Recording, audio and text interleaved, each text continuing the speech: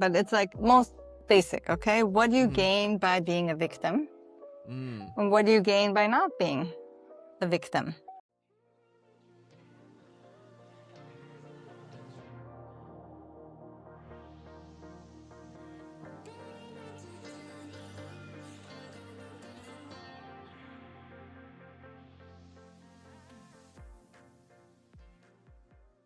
Hello, and welcome back to Retrieving Sanity with your podcast host, Keegan, and this is your podcast for all mental health, addiction, recovery issues, and topics. And I've got some questions for you. If you've ever felt broken, stuck in the past, or cut off from who you really are, do you think that healing could ever really be possible? Well, in this episode, we're here to remind you that healing isn't just possible, it's your birthright. Today's guest is living proof that healing is possible and powerful. Naomi Morad is a trauma-informed psychosomatic practitioner, international speaker, and a survivor of many things. We're going to get into that in her own terms. For the first 20 years of her life, she's lived in silence and dissociation, but everything changed when she chose to live fully, heal completely, and reclaim her truth. Through brain spotting, parts work, and inner child healing, Naomi now helps others reconnect with their bodies and rewrite the narratives that pain tried to control. Her story is one of radical transformation, and her message is clear. No matter what you've been through, healing is within reach. So, Naomi, how are you doing today? I am great. Very excited to be here, Keegan. Thank you. Of course.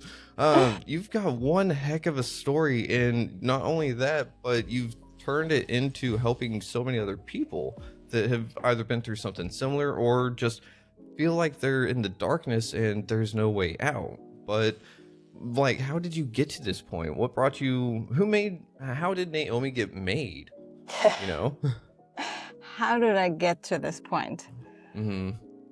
Well, growing up, I always knew that something went awfully wrong in my life. I just didn't know what it was. And I reached a turning point in my life by the time I was 28, after I'd been depressed for, I don't know, since my mid-teens. I suffered from severe depression. I was manic depressed. I was up or down. And I didn't know why. I just walked around with that feeling that something had gone awfully wrong, but I was so deeply dissociated that I had absolutely no memories of my childhood. Like I remembered like day-to-day things, you know. I had like two lives. One was where, you know, wake up, you go to school, you come home, you have lunch, you have dinner, you meet with your friends. And then there was the other life where I was severely abused. And I can talk about that more if it's relevant. Yeah. And every time the abuse was happening, I basically switched off and dissociated, and that whole other side of my life was basically non-existent in my consciousness. It was in my subconsciousness, and it affected everything I did without understanding what's driving me. Okay. And by the time I was 27, I was severely depressed, and it wasn't manic depression anymore where like I had my ups and downs. It was just down. And after 8 months, I finally was ready to seek out help. And I learned about my depression. I learned what triggers it, and I learned what it means to shift my awareness and learn about my patterns and my behaviors, which was huge for me at the time. And I was like learning to backtrack. Every time I found myself depressed, I had to understand what had triggered it. I understood there's a connection to what happens in my everyday life. It could be something someone said. It could be someone cutting the line right in front of me at the post office. Something as simple as that. And I would come home totally depressed, and I'm like, why am I so depressed? And like learning to understand, oh, this little trigger, that's what did it. And once I was able to understand the connection, the trigger, the depression would dissolve within the same second. It was amazing. And I found that same pattern, like when I would get a sore throat, and I would try to think, okay, what is that sore throat about? And I would say, okay, this and this happened. The second I understood it, I wasn't sick anymore. Huh. So I started to understand that I can affect my well-being. Huh. Just by thinking? Just by understanding the root cause, understanding what triggered what. Okay. Huh. So just by understanding, you started to gain control of it, right? Yes. Not in every aspect of my life, but yes, it was my first steps to understanding that there's a trigger and effect, okay? There's a cause and effect. Yeah. And once I had figured that out, the next thing that happened was that my childhood memories started to surface. And I remembered being sexually abused, trafficked, ritual abuse for the first 20 years of my life, ongoing from shortly after I was born until I left my parents' house. Once the second memory came up, I found myself driving home. I already had 2 kids at the time. Okay. And I think this might be an interesting point for listeners, because I was happily married already for a couple of years. I had 2 children. I wasn't lacking anything physical in my life. I had a husband who loved and adored me until today. We're married. And I couldn't understand why I was so deeply unhappy, why I kept falling into my depression. Yeah. And the reason I mention that is because often we don't understand why we cannot seem to be able to enjoy our lives, why we cannot truly move on with our lives, and either we sabotage ourselves then as a result. Yeah. Unfortunately. And even if we don't do it consciously, like, it's like those old patterns, that those feelings of not feeling worthy and not being good enough and not feeling lovable, they catch up with us, and we sort of, these limiting beliefs fulfill themselves and then ruin our lives. Yeah. So I was in a place where I just couldn't understand why I was so miserable. Okay. Anyway, I'm coming back to that moment where I'm driving home, and I was in such grief and overwhelm and disbelief over the memories that had started to surface. And I had remembered very little at that point in time. And even though I knew that it was true, it was also absolutely unbearable. And I didn't know if I had the courage or the strength to live. And I was sitting in my car, and I was debating whether to crash into the tree that was in front of me or not. I wanted to live or to die. Yeah. And in that moment, I was reminded of my children. And there was this voice inside of me that said, I can't leave them. I can't do this to them. And at the same time, I knew that I can't be with one foot in and one foot out anymore, which is like sort of the way I'd been living for many years, all that depression, all these years. Yeah. And I decided, okay, if I'm going to live fully and completely, and I'm going to heal 100%. I don't know where my 100% came from. And every therapist I saw afterwards, I said, I'm going to heal 100%. And they all looked at me and they're like, 100%. I don't know about that, And I said, no, I know that I can do that. And basically, shortly after that, I started studying and decided that that's what I want to do. I want to help others heal. And that was 25 years ago. And it took me a good few years, to be honest, to be able to really help others. Like, I had to go through a lot of healing myself in order to be able to be present and able to be with someone throughout their whole healing process, support them, and without falling into my own pain. Ooh, yeah. Like, I was overwhelmed with grief and pain for a long time. Yeah. But I learned that it's possible to heal no matter what, honestly. And I kept studying all these years. I'm studying until today. I'm always studying. I'm always learning another angle of how to help heal, another understanding, another angle, another perspective. Exactly. All that. Yeah. Yes. Yeah. Different modality, different, all that kind of stuff. Yeah. That's awesome. Yeah. Yeah. I love that. That's my passion. Ooh, man, I love that. It sounds like you've done a lot of the inner work, a lot of the outer work, and you're also humble enough to sit there and say, like, yeah, it took me a good minute before I was actually ready to help everyone else. I know for my own sake, I've sat there and within probably the last year, I've been like, okay, I want to help out and do as much as I can. So it's like I'm asking for more of a liquid to pour, whenever really the whole time I've found out recently I should have been asking for a bigger like goblet to pour from, so that way it's that I can hold more. And so for me, it was all about changing that kind of mindset, and so that's what you're really focused on, is you're paying attention to what your body is saying. You're paying attention to what the unspoken parts of you are trying to say.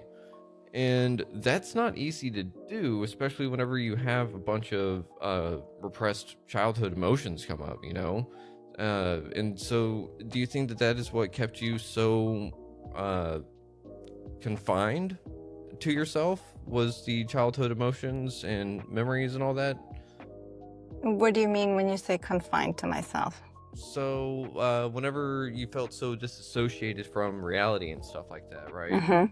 Those are the things that really just separated you from everything. It separated me from everything, and at the same time it kept me alive. Because I would have never been able to come out sane. I sometimes ask myself, how am I sane? Yeah. If I wouldn't have disconnected, if I wouldn't have completely dissociated, there was no other way for me to survive. Yeah. So even though we think of dissociation sometimes as like something negative, that we disconnect, sometimes it's the disconnect that keeps us whole. And then when we're ready, then we start to open and work through the layers of dissociation, of that disconnect. Oh, okay. So the disassociation is not only a coping mechanism of sorts, it is an actual tool that is actually, rather, whenever we look at it that way, it's out of balance. It's out of harmony with ourselves, right? So how did you integrate that healing into yourself? From my own experience, from my own healing of working with so many different clients throughout the years, I have really learned that we only ever bring to consciousness whatever we're ready to cope with. Okay. So we work, I'm sure you've heard of that peeling an onion, that you work through the layers. Yeah. It literally is like that. Like someone who comes into my office with, everybody has trauma. It just plays out in different ways in their lives. Yeah. So they come with their story, with their pain.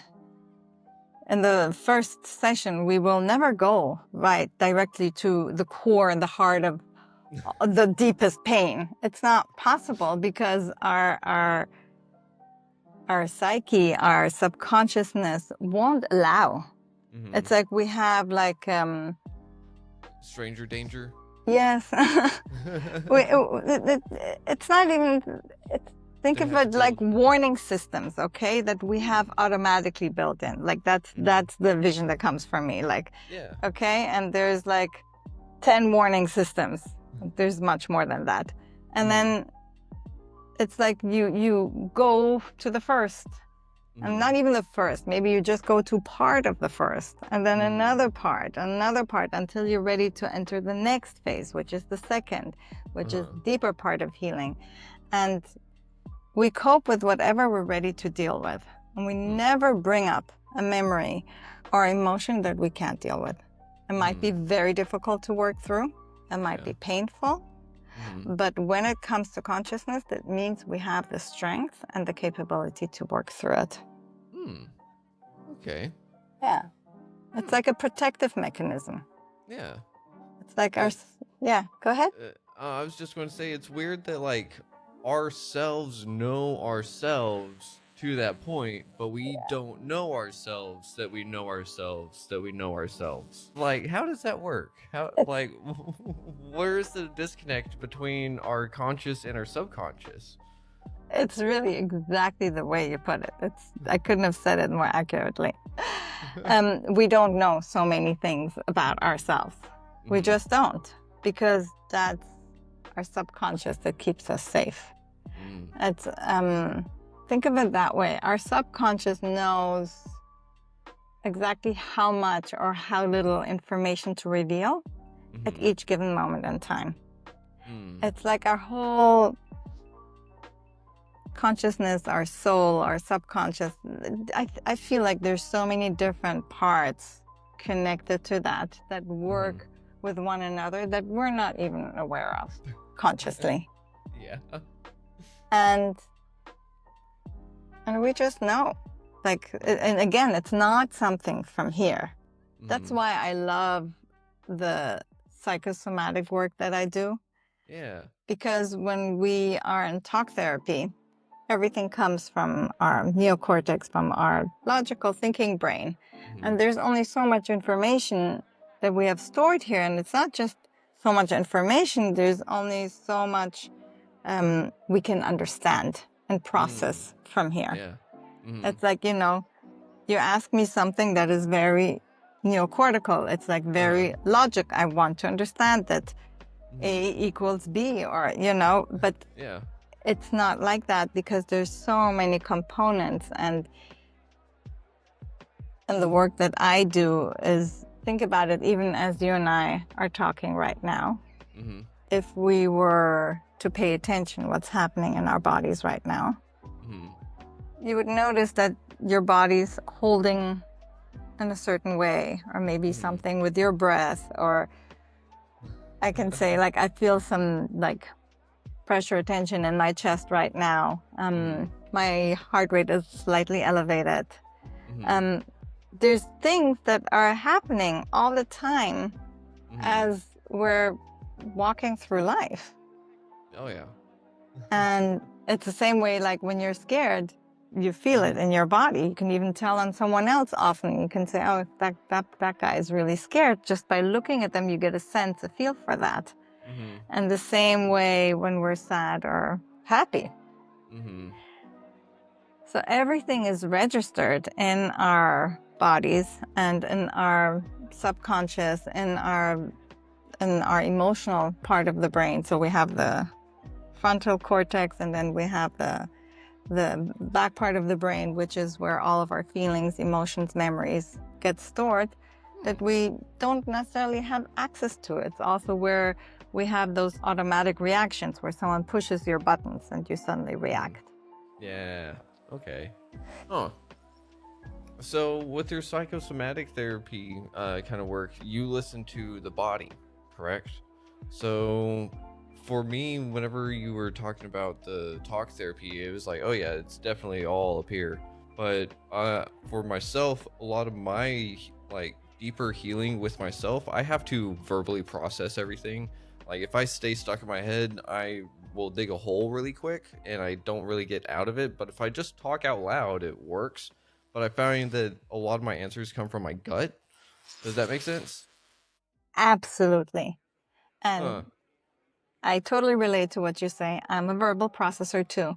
But you can verbally process and everything comes from here, or you can verbally process in connection to your gut, in connection to something deeper. Like you are in touch with other parts of your body and not just everything from here.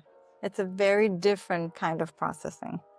Okay, so can you walk me through it exactly, and how would you describe it for those that don't know how to do it? Give you a crash course of 25 years in a nutshell to do a session on yourself. Didn't think you were going to do that, huh?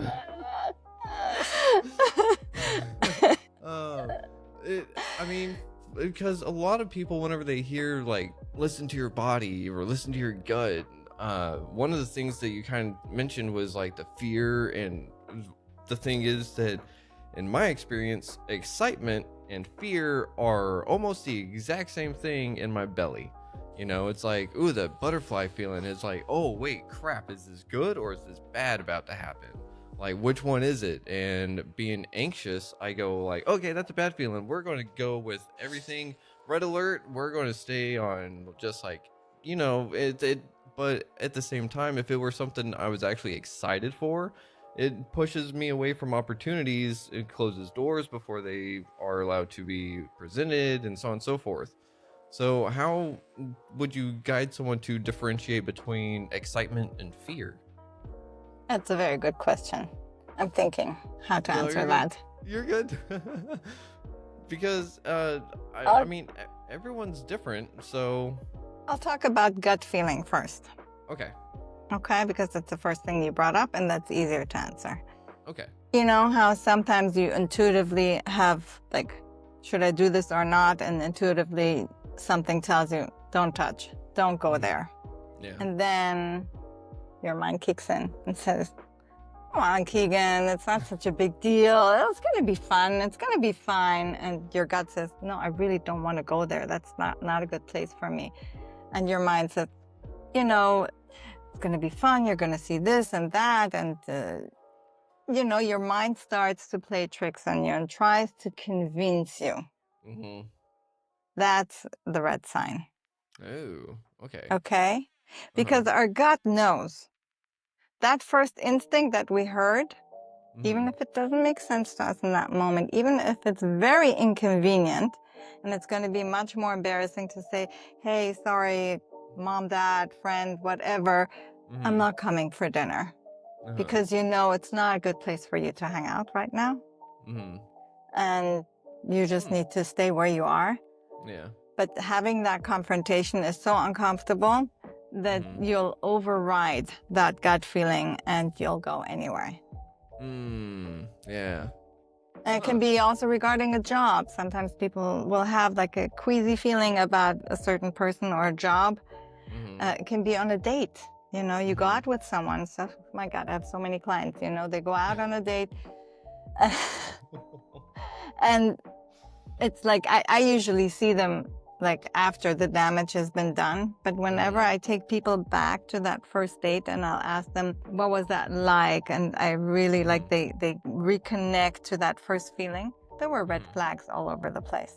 Uh-oh. But we choose to ignore them sometimes because that's just our pattern. Okay? That means we're not coping with the pain that's there. That means we're not, that is, you know, we keep reliving the same mistakes, the same kind of pain, the same kind of situations until we heal that root cause, that root belief that makes us relive the same situation over and over again, where we say, oh, I always end up in the same situation. There's a reason for that. And when we start observing and we start learning, and that becomes more important than the discomfort of actually facing the discomfort. Yeah. That's when things begin to change, when we start to break those patterns. Gotcha. Huh. So, in reality, in your reality, essentially, that's how you were able to reclaim your power within yourself, right? Was to use that same kind of, you're uncomfortable dealing with it, but then you were able to face it eventually and break through. And then you even said that you were now able to cope with the pain, correct? And so coping is a form of healing, right? Absolutely. It's not just something that's like you're doing it to avoid it. You're actually coping, and it's actually a tool to process the pain, right?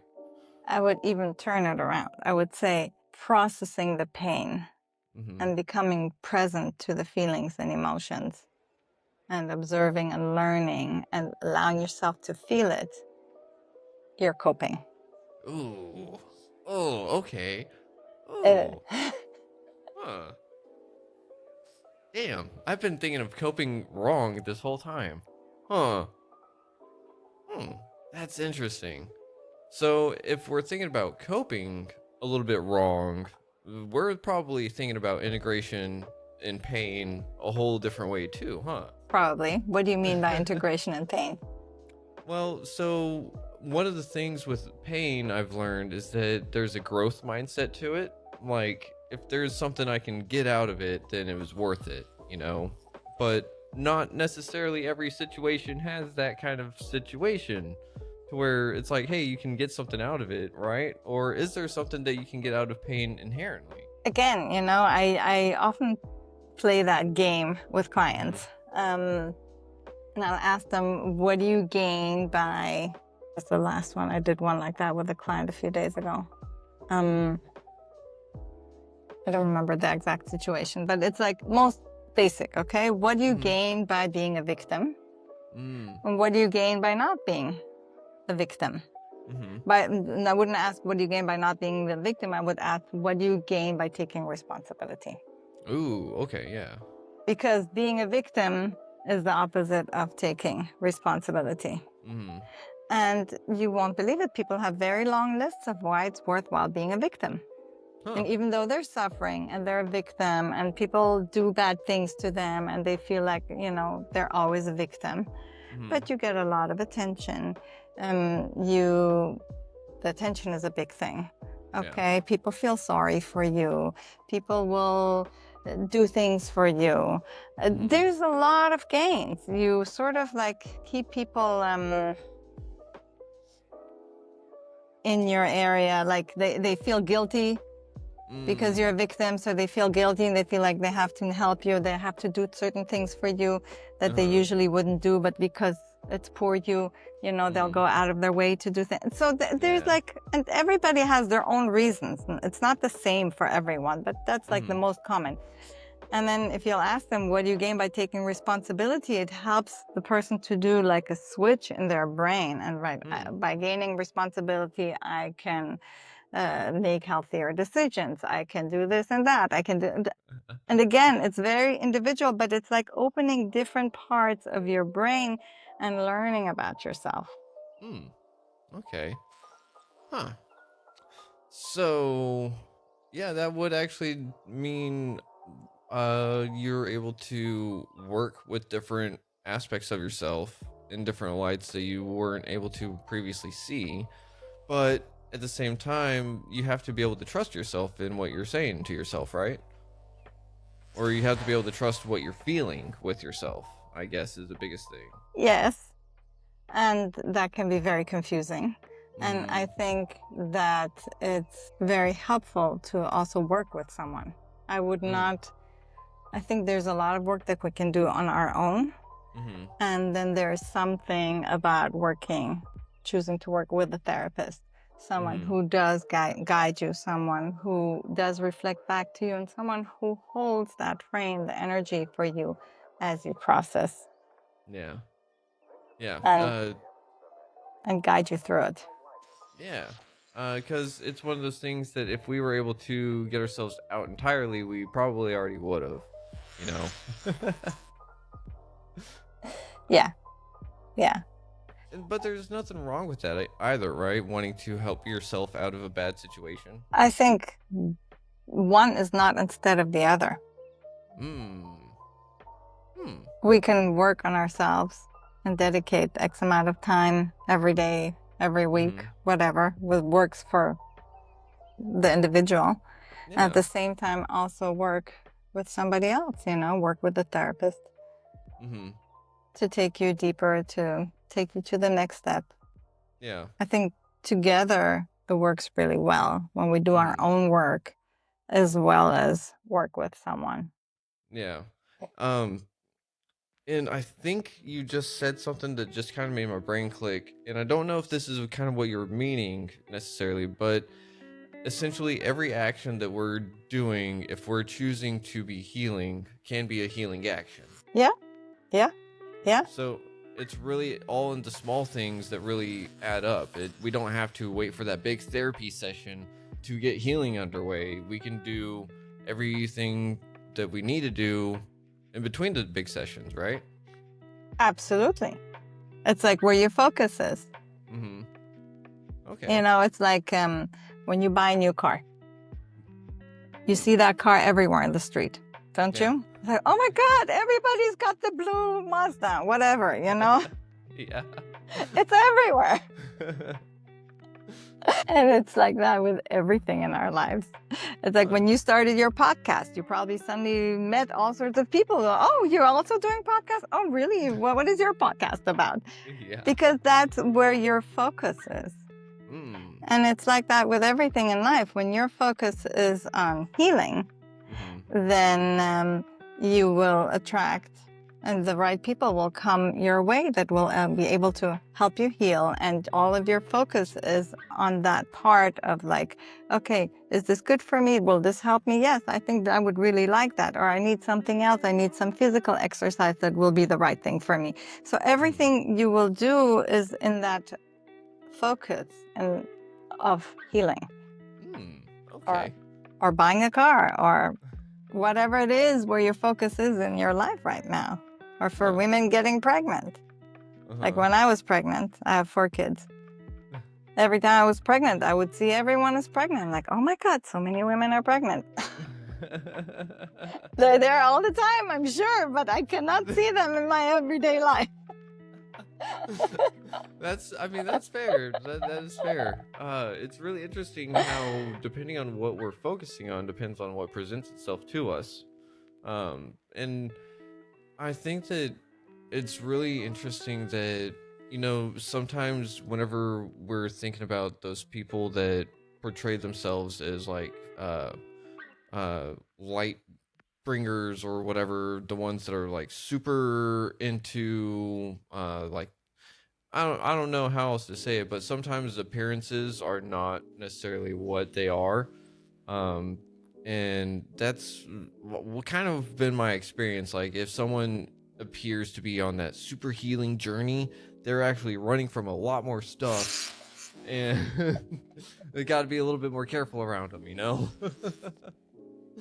Because that just is my experience. I don't know if that's necessarily true, but I'm not saying that they're bad people. I'm just saying that they have patterns that they're unaware of in hurting other people around them while trying to heal themselves. And I think that that's something that a lot of us can do on accident because we're centered on healing, but it doesn't have to necessarily be self-centered, right? It's a really good point. And I have 2 things that come to mind. One is trust your intuition.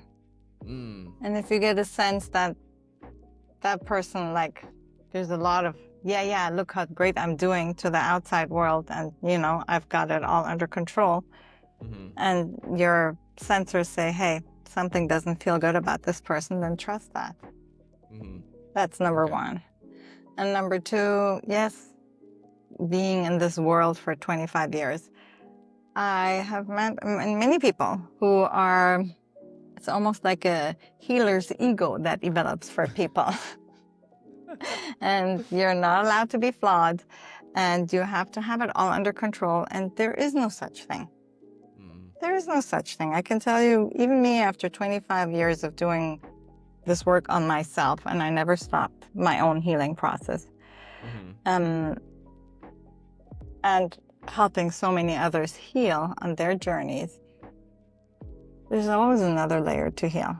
And we never have all of the answers. Yes, we may be a lot wiser, we may have a lot more wisdom, but we never know it all. It's not possible. Yeah. And you know, when we lose our curiosity for learning and for growth, I think that's really where the key is. As long as we're hungry to learn and grow, there's always more room. Yep. I agree 100%, and I love that. My father raised me with the saying that the moment you stop learning is the moment you start dying. That's Essentially. true. And so, like, I would try to learn literally at least one thing new every day. And if I don't, then I definitely feel like I didn't do something. But then I can reflect and be like, oh, yeah, I learned a little something about myself, you know? So there's that. But whenever, so you said that you don't really think that you can ever heal, like, you have all the answers. So do you think that you've hit that really close to 100% whenever you started your healing journey, whenever you first told your therapist you want to hit 100%? I think I'm on my way. I still believe that I can do it. Yeah. If I can really do it, or if it's, I thought about it in the last year that I don't know if it's possible to heal 100%. I don't know if there is such a thing, okay? But I think what I understood in the last year is that maybe my 100% was my 100% dedication to healing. Yeah. And that that's where I have been, because especially for me and with my story, I can say if I wouldn't have had that, it was either I had to go extreme. It was either go die and kill myself that moment, or take all of that energy and redirect it to my 100% healing and put my 100% energy there. Otherwise, I knew I wasn't going to make it. Yeah. So I think that's a better answer to my 100% healing. Yeah, I like that. And it also sounds like you're also saying you're going to do 100% of a layer at a time. You're not going to sit there and be like, all right, there's a little bit of that layer. I'm going a little bit deeper now. I never really think of that 100%. I know I mentioned it here, and it was like in that turning moment in my life, that 100% really played a big role. But I never think of the 100% in my day-to-day. Yeah, I think that that's a good thing to not do, because if I did that, which I'm really trying to break away from, trying to hit 100% on anything and everything all day, every day is a little bit overwhelming, if I have to say so myself. Absolutely. And, I think as long as we give it our best, our 100%, even if it doesn't come out 100%, we gave it the best that we could. And I think that's what matters. It's not about perfection. I don't believe in perfection. There's no such thing. Nah. And if we were to define perfect, I spoke with someone that put it in the form of everything is as perfect as it is in the moment, because there's not a further moment than right now. So everything in the moment is perfect because it can't be more complete than what it already is. I like that. Yeah. So I was like, oh, hold up. I was like, wait a minute. So you're saying I'm perfect as I am right now? Because, okay, hold up. It kind of like flipped everything on the head for me, because it's like, true, it's not 100. It's not the idea of what I have in my head for expectations. And that's where I find myself really tripping up, is having expectations on myself, on others, and on others on me, and so on and so forth. It's just one of those weird things, expectations. And I think that you're actually handling like expectations of yourself and others extremely well. Thank you. Yeah. So, because healing is, you've nailed it. You said it many times. It's highly individual, and you're highlighting the aspects of getting outside perspective, but also listening to your body and being able to differentiate, like, hey, this is good, this is not good, so on and so forth. I didn't realize I just did that with my roses. So don't want to do that again. But man, what is something that you would like to have told yourself in the past? Like, what part of you still needs to hear a little something from this conversation even? Good question. Because I know I for don't know. mine, Yeah, go ahead. What's from yours? for mine, it would be that it's still okay to not be okay sometimes. Uh, That's what I'm really getting out of this conversation is that it's okay to not be okay. And that's a lot of what I would have needed to hear. And my husband kept reminding me because at first, when I first stepped on that journey, I said, okay, once I'm going to deal with that, I'm Mm-hmm. going to be okay. And that's going to be the end of my healing journey. Uh-huh. And he would always look at me and would say, you know, Yeah. it doesn't have to be like that. It's an ongoing thing, maybe. And Mm-hmm. I wasn't able to do that at first. I needed to Mm-hmm. have goals Yeah. because my work was so overwhelming. My workload of healing was so big that Mm-hmm. I had to set like goals. Okay, Yeah. once I reach that, then I'm going to be fine. And then obviously, you work out one thing, and then the next thing obviously shows up right behind that door. Yep. So it took me a long time to understand that it's okay. And like you said, it's okay not to be perfect. It's okay not to be 100% healed. Mm-hmm. It's all right. It's a journey. And I Yeah. wish I would have known that in the beginning, that it's okay and it's a journey. And it's going to take as long as it's going to take, and it's probably going to take me a whole lifetime. And that's Mm-hmm. okay too. And there's something about being on the journey. Mm. And I think that's what I love most about working with my clients. I love the process. I love seeing how they evolve and transform their lives and how they first come in, and the work that I do is relatively fast, like shifting through. Yeah. People really within a much shorter time frame than with other therapies that I've tried out and experienced, can shift and move a lot of issues in their lives and transform them. And Ooh. I just love that. It brings me tremendous joy. Yeah. And you get to see essentially the light in people's eyes come back to life, or that epiphany moment. Yeah, and you can't really put a price on that kind of thing. It's amazing. Yeah. So real quick, shout out for yourself. People can find you at naomimorad.com, right? Yes. So Yes. here we go. And what all do you help people with necessarily? Anxiety, depression, sexual abuse, any kind of abuse, eating disorders, sleeping disorders, chronic pain. You name it, you got it. Yes, because it doesn't really matter what a person comes with. Because the way I work, I help them heal the root cause of why they're addicted today, why they have eating disabilities, why they can't find a partner, why relationships are not working out.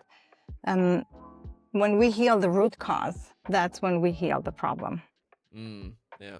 So it doesn't really matter for each one of us. It will present itself in a different way. Okay? But at the end of the day, when we heal the root cause of the pain and we heal those parts that are still frozen in trauma, that's when our lives begin to shift and transform. Yeah. Okay. That root cause is really the big thing for me, because I know that's how I got out of my addiction. And that's the thing, is that I think I found like a group of roots. And it's like I just have to get like one at a time. So I can't take them all out at once, and that's okay.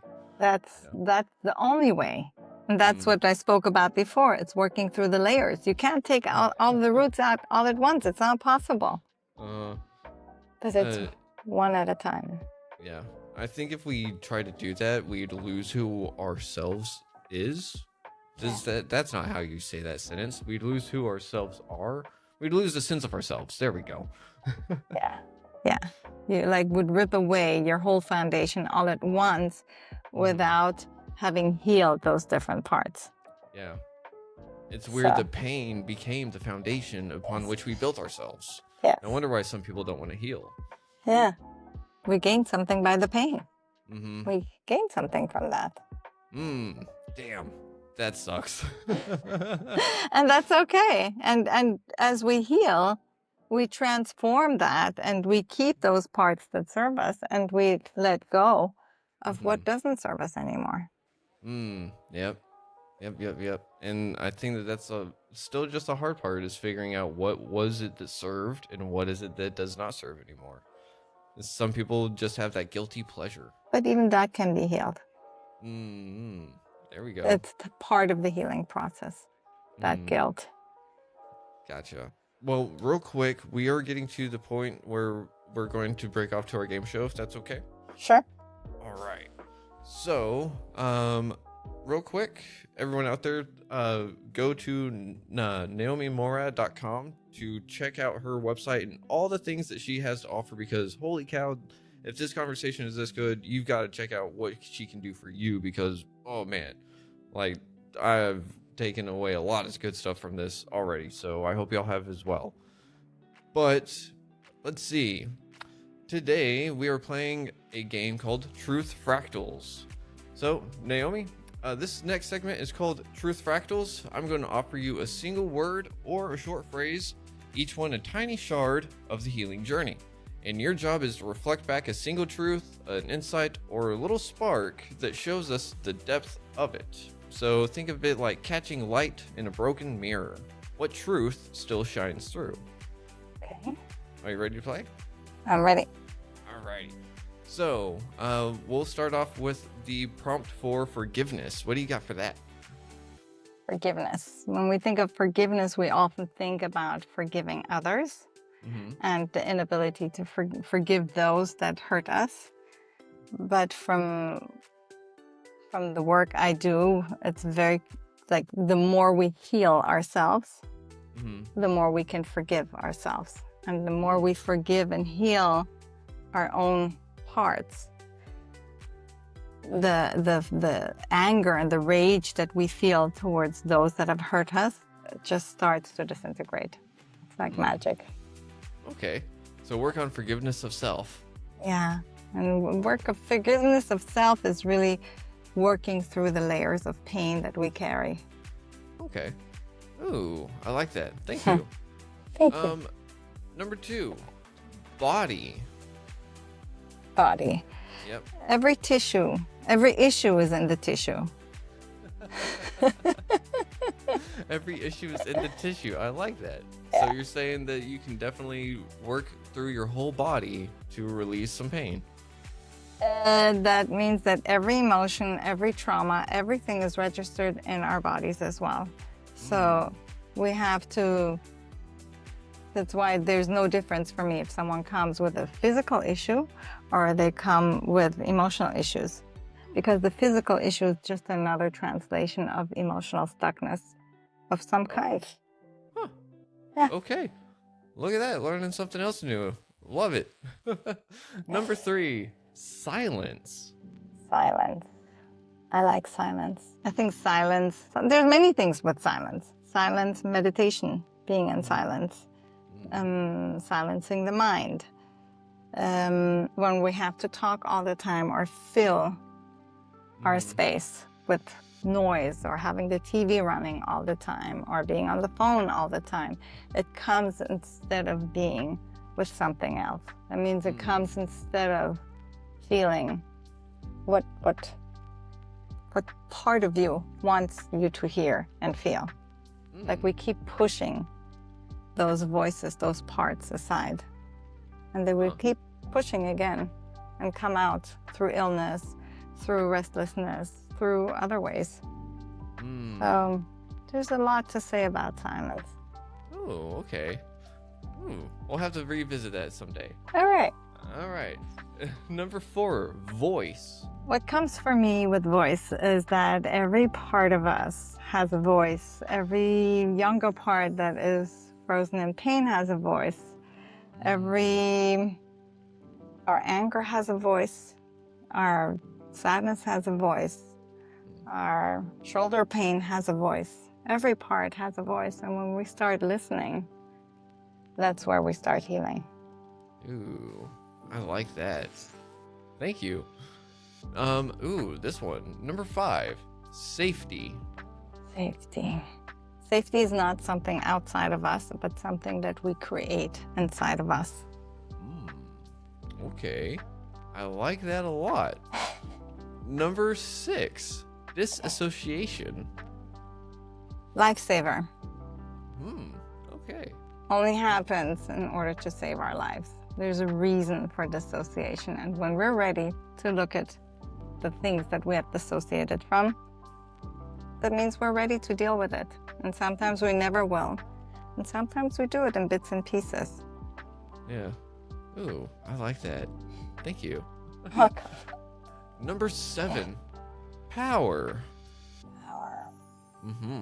I think that a lot of our power gets stuck in pain and fear and sadness that holds us back from expressing that power that we all have within. And I truly believe we all have that power inside of us.